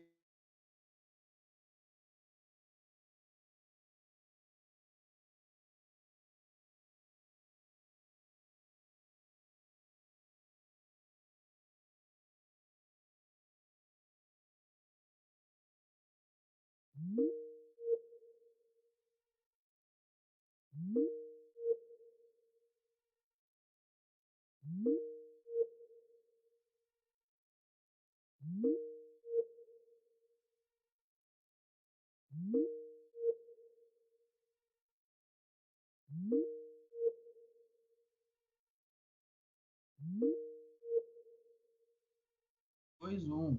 Isso já me fez pensar que talvez a ideia de colocar metade do número par não vai ajudar em muita coisa não, tá? Porque já dá para perceber que não seria esse o caminho. Mas eu acho que eu insisti mais um pouquinho. Não sei se é no próximo slide. Eu insisti com outros testes. O que eu pensei? mudando o sinal, será que tem alguma diferença? Será que tem alguma coisa aqui que eu estou bobeando? E também, novamente, fiz esse teste sem muita... Mas, para ver o que acontece, tirei o maior igual e pus o maior só. E repare que já melhorou um pouquinho nas quantidades, tá? De maneira que, olha, no 10, por exemplo, ele já ficou mais restrito aqui, tá? Já não ficou com muitas barrinhas aparecendo, né? Porque não tem muita lógica, ó. Aparece, eu quero 6, a metade é 3, imprime 4, depois que imprime 3. Quando eu ponho o maior, já fica mais lógico o negócio. Ele parte da metade do 3 aqui, pro 2 e pro 1, vai decrescendo, partindo realmente da metade, tá? Então, era esse detalhe que podia ajudar. Bom, e com 10, como é que ele fica? Tá na metade? Tá, ó. 5, 4, 3, 2, 1. Porém, ele fica no sentido que não fica pulando toda a linha. Existe algum... quando acontece isso, provavelmente tem um incremento ou decremento que está fora de lugar. Tá? Que ele pode, se ele estiver num outro lugarzinho, antes do else, aqui não é else, aqui é fim de enquanto ele tiver, se você tirar ele de dentro de um bloco de programa e por abrir um pouquinho num outro looping, pode solucionar todo o seu problema. Então aqui o que eu fiz? Eu mudei de local o M e nesse caso não deu efeito. Foi o mesmo resultado. Porém, quando eu joguei esse cara para cá, o que aconteceu? Ele já ficou diferente, tá? Ele já começou a cair o decremento acontecia e ele pulava já uma segunda linha, não ficava na mesma uma repetição, tá? Aqui eu mudei o local de definição de caixa, ajudando a busca por primeira metade, aí o cara que é igual a 10, beleza. Foi isso que aconteceu. Percebi uma melhora.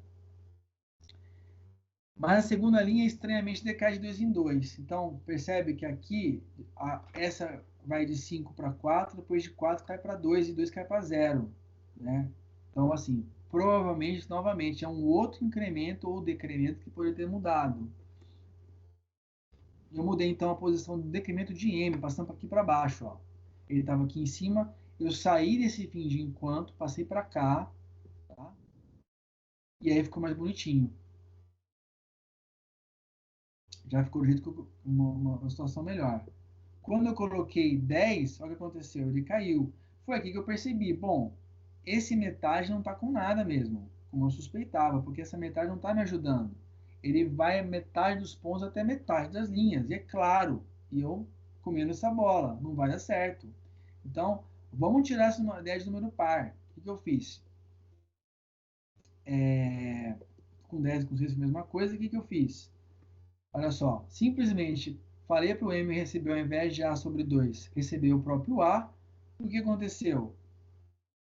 Consegui construir um outro triângulo retângulo agora, só que do outro lado, né? Com a parede para o outro lado. Então a hipotenusa está aqui, cateto, cateto. Se eu substituir isso aqui por espaço, ele ficaria triângulo. Então, nesse momento, eu já poderia mudar aqui a pergunta. Olha, esquece o número par, vale para qualquer número.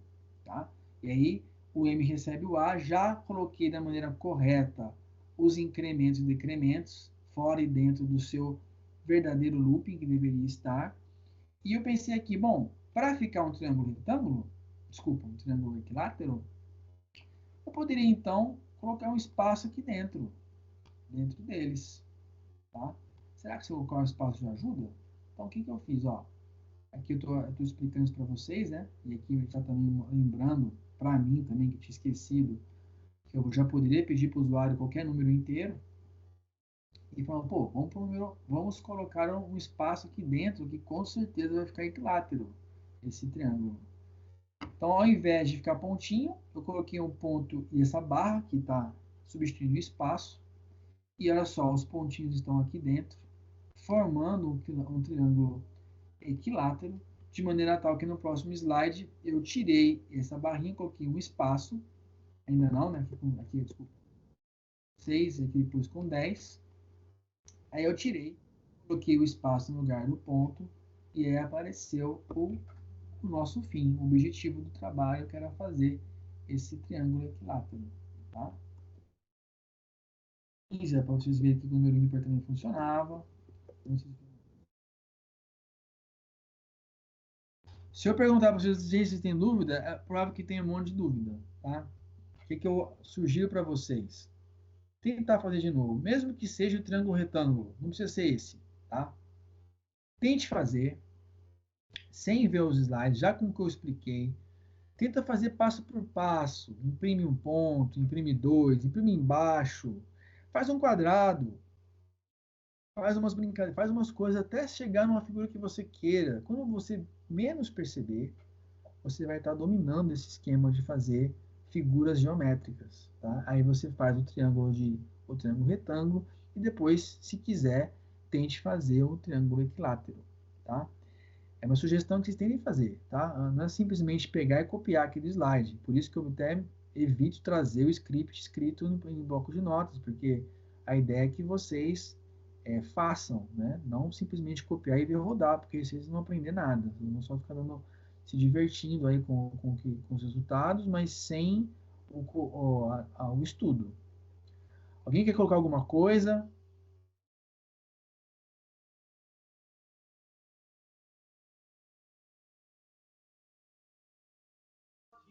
Alguém está aí? Professor, a verdade é que às vezes aparece o erro e, tipo assim, eu pelo menos, né, não sei, a gente nem sabe aonde que é o erro, aí vai tentando, às vezes encontra, só que às vezes não encontra, aí você apaga tudo, tenta de novo. Teve uma vez aquele do segundo grau mesmo, que eu fiquei um sábado inteirinho para fazer ele, consegui, mas Não foi a bom? maioria das vezes aparece o erro, não, tipo assim, você vê até como uma conquista mesmo, você fica contente. Isso, por incrível que isso pareça. mesmo. Só que o problema é achar, você fica ali. Então, mas é isso. É complicado. A sua ligação tá quebrando um pouquinho, eu não entendi as duas últimas frases. Entendi. Fala de novo. Então, o maior problema De novo. é achar tipo assim, o programa ele meio que não aparece, não explica mais ou menos onde é o erro, o que é o erro para a gente poder consertar, entendeu? A maior dificuldade é essa. Aí você não sabe se está certo ou se está errado o jeito. É complicado achar o erro, entendeu? Entendi. É isso aí que é difícil. Então, ó, essas dificuldades que você está trazendo, elas são bastante naturais, viu? Eu, no tempo do estudante, também era assim. E esse sentimento que você teve de felicidade é o objetivo de vocês. Vocês só vão conseguir ficar contentes nessa dificuldade mesmo. E eu tenho certeza que você evoluiu bastante nessa insistência. Foi? Não, sim, você aprende umas coisas que você nem sei. Por exemplo, cada algoritmo. Oi, tá ouvindo? Então, cada algoritmo aí travou de novo. Você falou exemplo aí que travou, aí cada algoritmo aí travou. Cada algoritmo você enxerga uma forma de fazer, né? Só que aí você fala, pô, igual um exemplo, vou usar o enquanto, aí não dá certo, o que eu uso? É isso aí que você fica meio perdido, aí você tenta um, aí não vai. Mas tem muita coisa. Eu penso que esse é o caminho para o aprendizado mesmo, para essa disciplina. Aí eu falo assim, professor, tipo assim, a dificuldade é. Eu entendo que você quer dizer que a gente tem que tentar para a gente saber, né? Mas o problema maior é, tipo assim, quando que eu devo usar o enquanto? É numa repetição, é num loop? Entendo. Tipo assim, se fosse uma sala na sala, ajudaria mais, com certeza. Devido à situação que a gente vive, tá mais complicado, mas. Eu entendo isso, essas dificuldades são cara, posso dizer para vocês é o seguinte, não desanimar. Essa aula de hoje, eu tô expondo para vocês o meu percurso, para vocês verem que eu também erro, tá?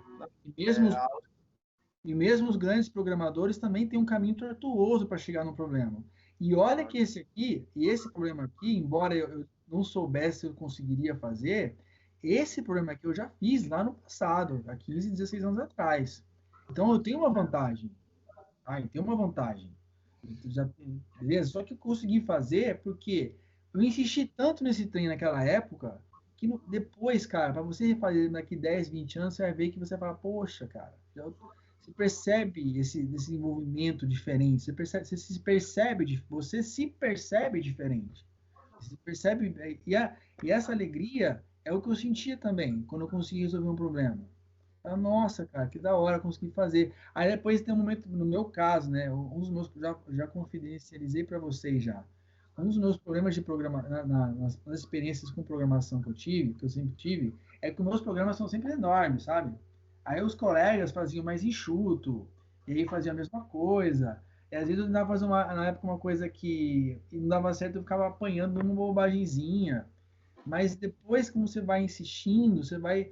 O bacana é o desenvolvimento que você faz em você. Mas concordo com você, concordo com a situação de que a gente não estando junto dificulta muito mesmo. Eu Não, não é consigo, complicado. eu não consigo nem entender de fato o que está pegando, onde eu tô faltando, sabe? Estou tentando aqui melhorar, Não, mas a aula hoje, professor, está bem clara, assim, tá? Ajudou bastante, assim, dessa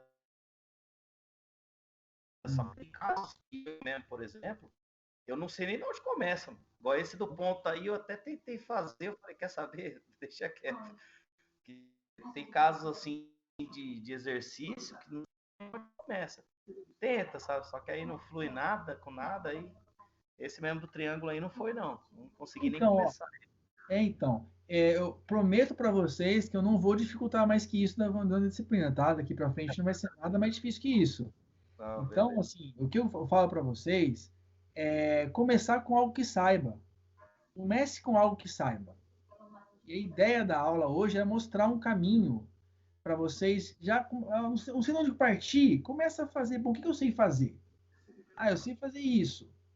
Eu vou precisar, aí você começa a imaginar.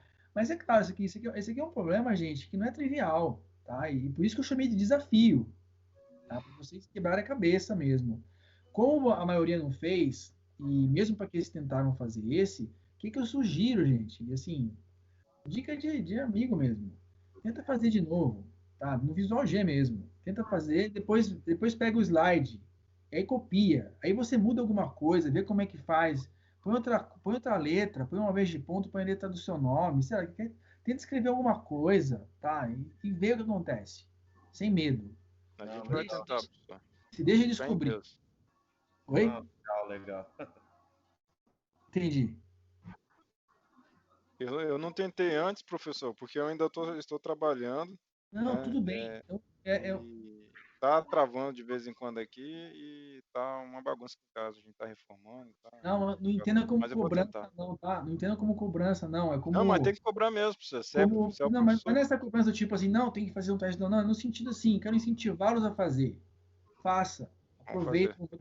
Eu sei que nem todo mundo, esse é o caso dos professores. Os professores estão trabalhando mais. Só que, por exemplo, a minha esposa, perto do que ela trabalhava antes, está mais tranquilo. E tem pessoas que, dependendo da sua função no seu trabalho, tiraram férias, outros, né? Os professores do estado não estão dando aula até agora. Imagina depois como é que vai ficar para eles. Vai ficar uma corrida danada para eles depois. Então, assim, cada um está numa situação. Eu sei que tem gente que está trabalhando um monte agora. E também tem um agravante, né? Teve prova, gente. Eu já fui aluno, né? Fui até aluno até semestre passado, eu era aluno de novo. Quando tem semana de prova, a semana seguinte dá uma. Oh, preciso descansar, você dá uma soltada, né? Eu entendo isso. Então, eu trouxe esse problema em função das dificuldades que eu senti de vocês no último encontro, de uma maneira tentar ser mais detalhista possível e já informando a vocês que é o último problema do Visual G.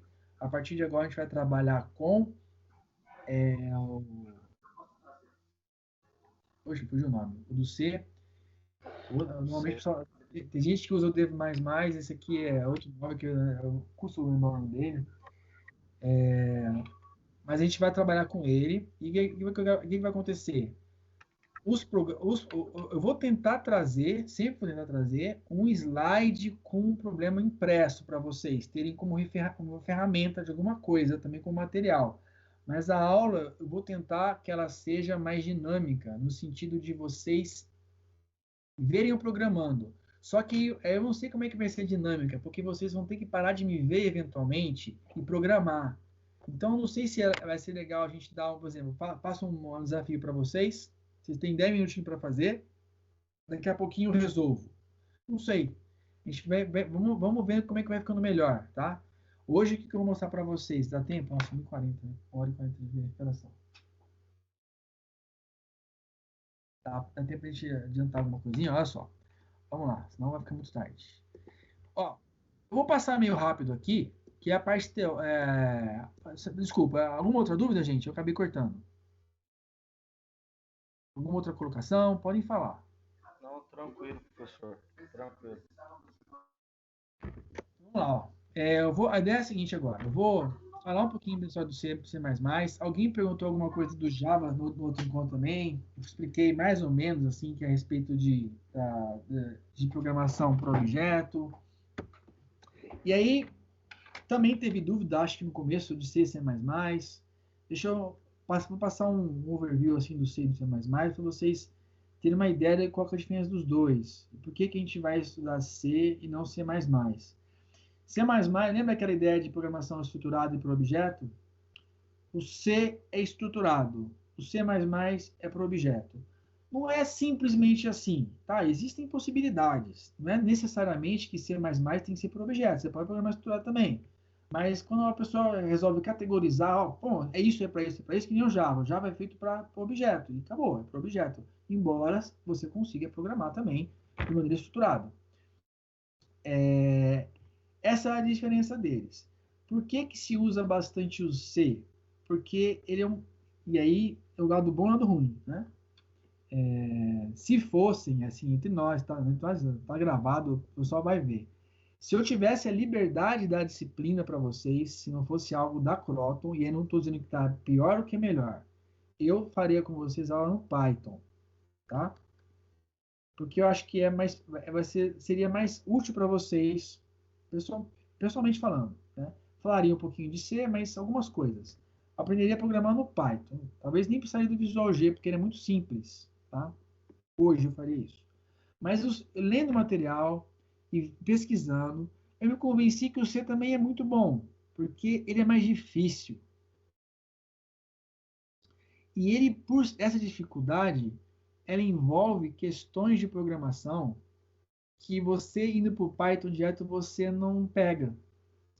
E lá na frente, numa situação complicada, mesmo com Python, você se embanana. Então o C, ele acaba sendo uma linguagem boa e importante para no início da aprendizagem de programação. Talvez tenha o mesmo papel que tinha quando eu aprendi a programar no Turbo Pascal, que é um software antes desde lá dos anos 80 e 90. E já naquela época tinha outras linguagens, inclusive o C, e eu não entendia por que era o Turbo Pascal, que o pessoal da faculdade ensinava. E não lembro também, não pesquisei o porquê disso agora, mas tem uma questão pedagógica por detrás, tá?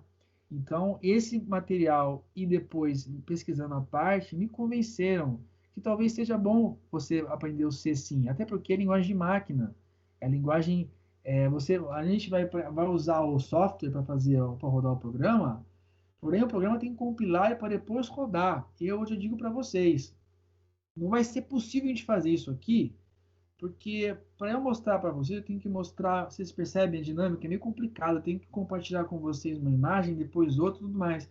Mas na linguagem C, a gente consegue programar num arquivo de bloco de notas e pedir para o prompt do DOS rodar.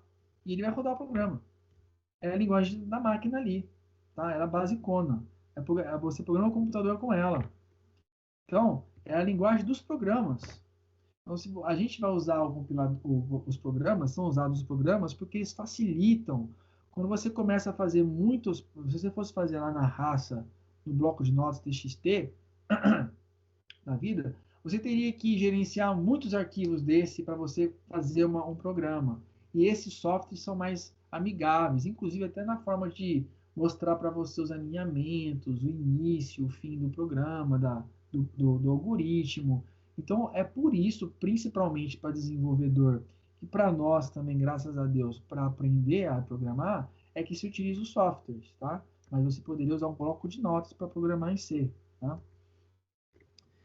que mais eu quero falar para você? Então, aqui, ó, C, ó, o C, então, uma coisa que é importante aqui, que eu dei para o lado, a crítica a respeito disso, ó, muitos desenvolvedores sênior acreditam que é a melhor maneira de começar a programar. O motivo é que, embora sejam mais difíceis que Python ou Java, elas fornecem aos alunos fundamentos para o melhor entendimento no mundo da programação. Como essas duas linguagens de programação são populares, os alunos sempre questionam qual a diferença de C++. De maneira geral, tá, gente? C++ é um desvio de C, que seria então a linguagem mãe, né, do C++. De maneira geral, então, o C++, o C que está falando que é linguagem de programação procedural, eu chamo de estrutural também, são semelhantes, quer dizer a mesma coisa. E o C++ é orientado a objeto, tá? Aqui um pouquinho de história. O C foi criado por esse pesquisador que faleceu pouco tempo atrás, chamado Dennis Ritchie. Ele criou essa linguagem para sistema. Então, ele usava principalmente o C, principalmente para programar software do sistema. Tá? Por isso que ele é parrudo. Você, com a linguagem dele, você faz software do sistema. Tá? Então, imagina qualquer software que você trabalhe no sistema. Foi programado, foi criado com C. Aqui, mais justificativas. Para muitos especialistas, a linguagem C deve ser a primeira que deve se aprender, seja na faculdade ou por conta própria.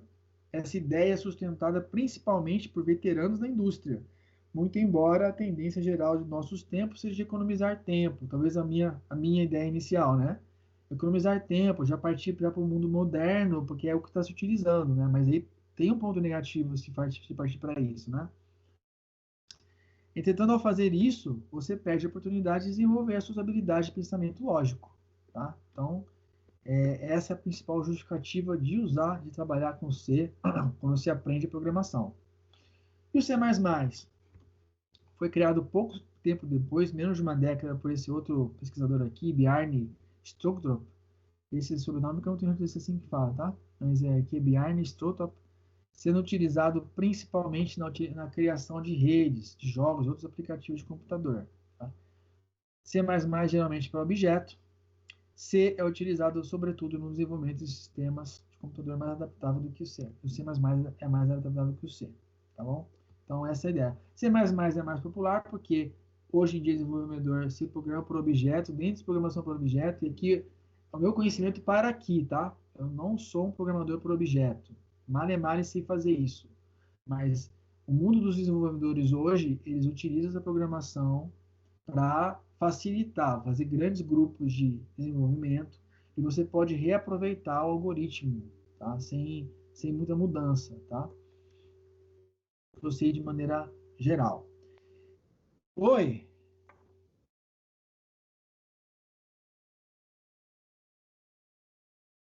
Não é físico.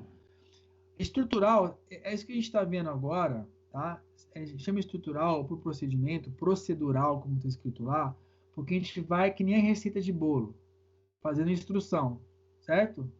Essa definição simples no algoritmo de procedural, ou estrutural, por procedimento.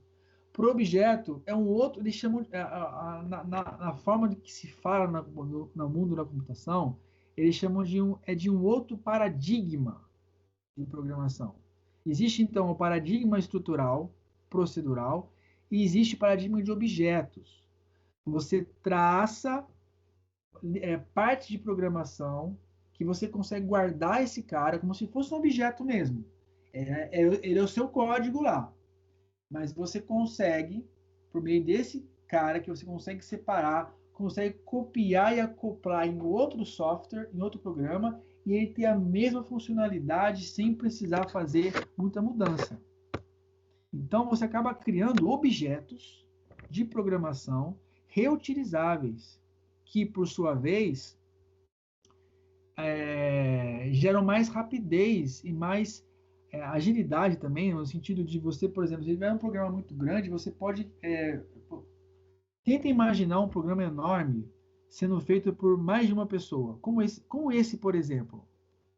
como que a gente dividiria esse trabalho em 2 pessoas? Cada um faz uma parte.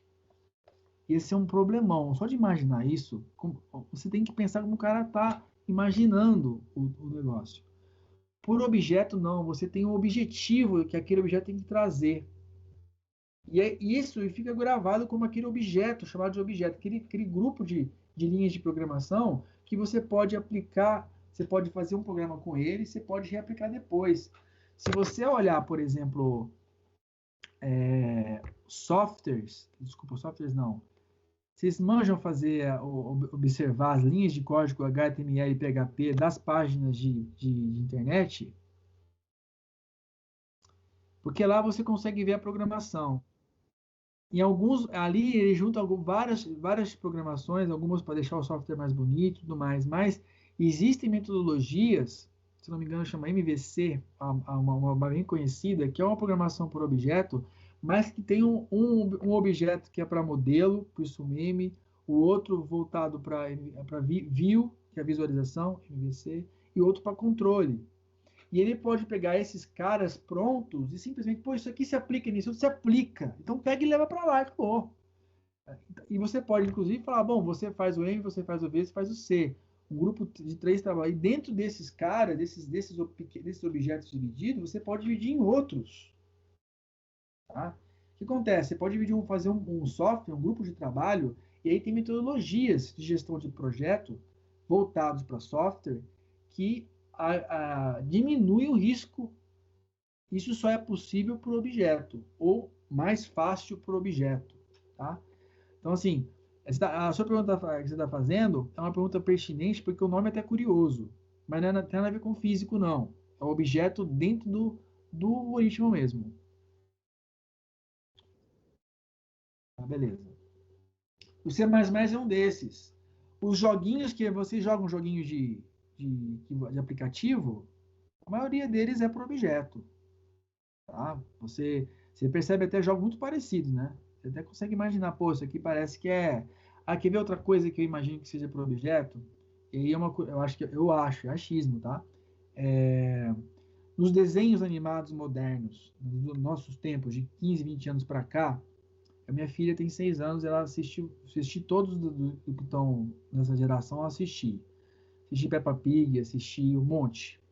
E o que eu vou falar agora não é questão da computação gráfica em si. Às vezes desenho até meio feinho, mas é curioso, por exemplo. Às vezes não, totalmente feio. Que hoje em dia não tem mais desenho bom, né? Não, beleza. Tem esse ponto, mas olha, se você pegar, por exemplo, eu assisti He-Man, tá? Se eu vejo He-Man hoje, eu acho bem tosco. Mas o He-Man, sendo bom na época, ele não piscava o olho igual. Todos os personagens que estão, ou que estão atrás, ficam estáticos e não se mexem. A lua não se mexe, nem o sol. Na Peppa Pig mexe. Tenho curiosidade de ver que os personagens piscam o olho em diferentes momentos. O sol brilha o tempo todo. Se bobear, faz sorriso ou faz tristeza. O que eu imagino que seja? Lá dentro, o olho ele tem uma linha só para ele. Ele é um objeto. E ele foi programado. O olho faz isso de tanto tempo. E eu, a cada momento, eu vou deixar esse olho aqui. Esse aqui tem 2 olhos, esse tem 3 olhos. Eles são independentes. Você pega e joga lá, tá tudo pronto. A linha tá pronta, tá tudo certo. Fica mais fácil fazer o desenho, a animação. Porque você imagina, não ficava desenhando, tudo mais, tem essa facilidade, mas também o desenho fica mais dinâmico. Ele traz essa modernidade para nós também. Os joguinhos, eu não sou muito bom em joguinho, no sentido de eu não conheço muito joguinho de celular. Estou conhecendo alguns jogos com a minha filha. Tem um que a gente baixou que é um joguinho do Duende, não sei o que, 3, que é muito melhor que o Alex Kidd que eu jogava, cara, no celular. E você vê algumas coisas muito parecidas, né? As fases, muito igual. Você fala, pô, tem uma coisa estranha aqui, né? Será que... Como é que ele conseguiu fazer isso tão fácil? Por que é mais fácil? Por que cabe tudo no celular? Antes precisava de um videogame, 10 por 20 aqui, uma caixinha para rodar, um cartucho para rodar. E agora parece que é mais curto. Como é que é? A capacidade aumentou, mas será que a linha não é menor? Será que não está mais fácil? Né? Então, O C++, assim como o Java e outras linguagens, eles trabalham geralmente por objeto. Acho. É a minha forma de analisar, tá? Não sou expert no assunto, mas é dessa forma que eu entendo, tá? Melhorou a explicação?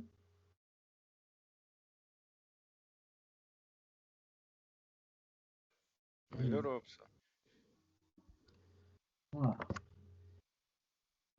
Atenção. Essa frase aqui eu acho que ilustra bem que a pergunta, ó. A primeira, ela se concentra na ação e na lógica, tá? Por isso que não vale a pena, se você aprender por objeto agora, você não trabalha a lógica da disciplina, que é o objetivo principal dela, né? Trabalhar de maneira estruturada, você concentra a atenção no desenvolvimento das ações de lógica. Já por objeto, ele foca nos objetos e nos dados que vêm, tá? Então, essa é uma outra diferença também. Talvez, provavelmente por isso que eles enlacem no nome de paradigma, né? Porque você muda a forma de enxergar um programa. São 9. Aqui, ó, daqui para frente, aqui é um slide só. Vamos falar dele aqui, porque é só mais um slide, a gente já acaba e já vai para o Code Blocks. Vamos lá, rapidamente. Esse que eu falo com mais calma semana que vem. Melhor falar semana que vem com mais calma, mas ó, a gente pode quebrar um processo de computador em 5 partes. Escrever código, compilar esse código. Semana que vem eu explico direito o que é isso. Com o programa compilado, o sistema operacional vai executar e o hardware vai receber informação e transformar em linguagem mais bruta, que é a linguagem binária de uns e zeros, que eu acabei não mostrando para vocês em sala, né? Uns exemplos de cálculo numérico, mas tudo bem, não de menos, também é até bom para não confundir nada agora. E energia, né? Então ele pega essas coisas já transformadas, já compilado a linguagem no sistema operacional e ele roda. Traduzindo isso que ele faz. Vamos então para o Code Blocks. Antes eu vou tentar entrar no site com vocês, mas deixa eu mostrar para vocês o seguinte, ó. Vamos tentar agora. Se a gente não conseguir, eu aproximei, tá? Mas eu vou entrar no site com vocês, tá? Tá até aberto lá já.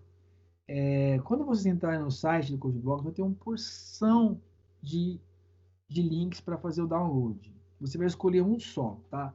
Aqui não dá para ler a opção, tá? Então eu aproximei um pouquinho. Essa opção aqui, ó, Code Blocks, aqui, ó, lixinho vermelhinho. Code Blocks, essa é a data de março, tá? Se você for fazer o download depois, vai mudar, tá? Se você procurar, por exemplo, no YouTube, o cara ajudando a fazer, é válido. Mas o nome do arquivo já é outro, já. Então, vocês fiquem atentos com isso, tá bom? Aqui é 2020 março, pelo jeito isso significa. E vai usar esse aqui com setup, tá? E aí você vai usar esse cara, o FoxHub ou o SourceForge, para fazer o download. Eu, na ajuda que eu busquei, ele foi pelo Source. No meu computador não deu, tá? Ele falou que tinha vírus, alguma coisa assim. Aí eu fui pelo Foz e deu certo. Aí vai aqueles sites que ajudam a fazer o download, né? Se você espera uma contagem de tempo, aí você aperta o botãozinho.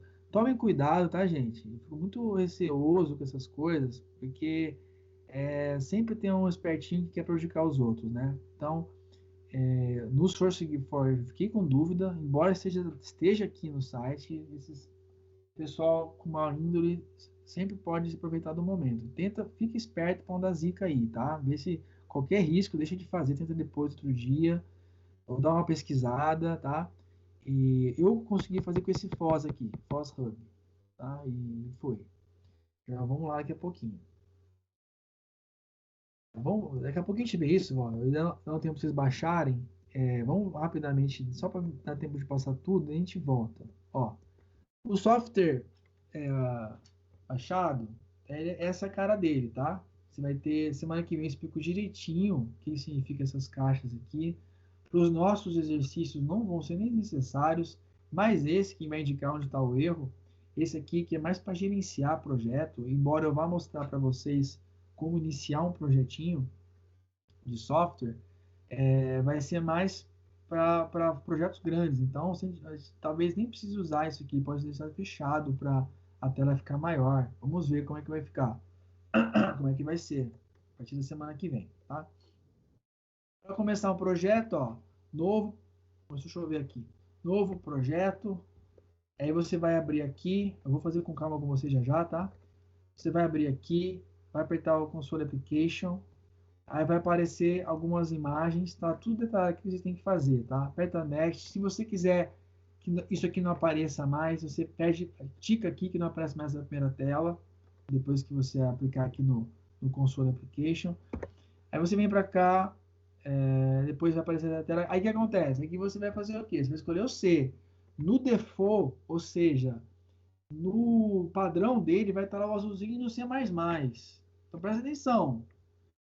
Tica C ali, tá? Pão da zica, tica C. A gente está falando a mesma coisa durante a aula, porque tem algumas mudanças na linguagem. Ela se desenvolveu de tal maneira, de 38 para cá, o C++ acabou tendo pernas próprias, e o seu desenvolvimento também foi ficando um pouco separado do C.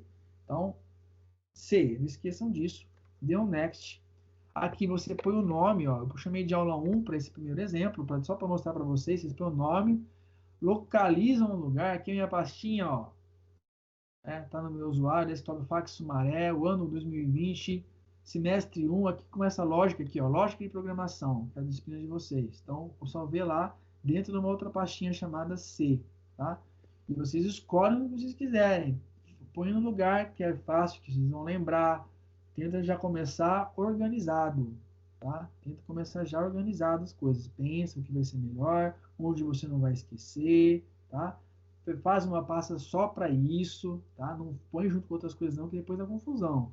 A cada vez que tiver compilar, ele vai salvar, além do arquivo texto que você está gerando, ele vai salvar outros 2 arquivos ali, tá? Então, se você colocar no lugar que tem música, que tem foto, que tem trabalhos de faculdade diversos, pode dar confusão depois para vocês localizarem e abrir o negócio. Então, já comece organizadinho, cria uma pasta antes disso aqui, para ficar bonitinho já. Deu Next. Aqui nessa parte não mexe em nada, tá? Mexe em nada. Aperta em Finish ali e acabou essa parte. Aí vai aparecer esse cara aqui, ó, tá? Depois, vamos voltar lá. Antes disso tudo, ó, ele era assim, olha aqui, o workspace está vazio, não tem mais nada, não tem nada aqui na área de trabalho, tá? Você faz isso aqui, desse procedimento todo, vai aparecer aqui, ó, o nome aula 1 e as fontes de recursos que você criou aqui embaixo. Se você abrir ele aqui, ó, vai aparecer já um programinha pronto para vocês. Aquele programinha básico que todo mundo gosta de colocar quando ensina programação. Hello World. Então tem uma implicância um pouco com isso daí, tá? Mas ele já vem no programa. Então, a hora que você cria um projeto, o seu primeiro programa, esse aqui, ó, ele já vem com esse nome, tá? Ele vem com essa linha na qual ele vai abrir esse main aqui, que é o geral, que você tem sempre que abrir para o principal, que você sempre tem que abrir para fazer o programa, como se fosse o início do programa. E aqui é Hello World, Return 0. Esse aqui, eu acho que esse Return 0 não vem, eu pus para fazer um teste, então, mas vai ser parecido com isso, tá? A gente tenta fazer isso já já. E esse aqui, ó, WN, é para pular a linha. Tá? O printf, nós vamos ver daqui a pouquinho, se dá tempo, acho que dá. Tá. Vamos fazer meio rapidinho, mas depois eu faço com calma semana que vem. Eu quero só passar já umas ideias para vocês, se quiserem, já começarem a brincar em casa, tá? Então aqui o espaço é o pular linha ou barra N aqui. Aqui alguns detalhes do programa. Aqui talvez seja bom a gente ver depois, talvez para semana que vem, alguma coisa. Vamos tentar instalar, pessoal. Tudo bem? Pode ser assim com vocês? Eu queria ver se alguém tem dificuldade, ou para baixar pelo menos. Tá bom? Vamos tentar?